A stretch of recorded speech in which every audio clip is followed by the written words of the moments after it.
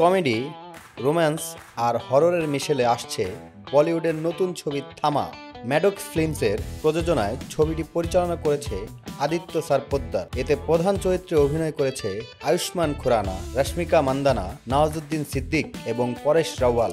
স্ত্রী, ভেরিয়া কিংবা মুইজ্জার মতো জনপ্রিয় সিনেমার পর এবার ম্যাডক্স ফিল্মস তাদের ভুতুড়ে দুনিয়ায় যোগ করল থামা। বলা হচ্ছে এই ছবিতে এক অন্ধকার অতীতের ছায়া ভিন্ন স্বাদের প্রেমের গল্প ফুটে উঠবে। সিনেমাটির ট্রিজার প্রকাশের পর থেকেই আলোচনায় রশ্মিকার নতুন লুক, খোলা চুল আর তীক্ষ্ণ দৃষ্টিতে তিনি যেন অন্যরকম রহস্যের ছোঁয়া ফুটে উঠেছে। ছবিতে তার চরিত্রের নাম তাদাকা, যে আলো অন্ধকারের ভেতর দিয়ে ভালোবাসা আর ভয়ের গল্প বলবে।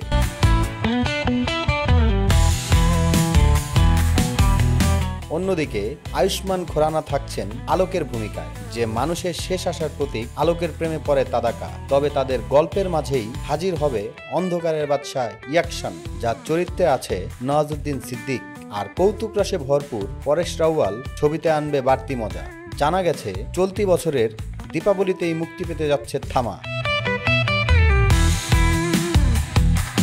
নাজমুল হোসেন সজীব, বাংলা বাজার পত্রিকা।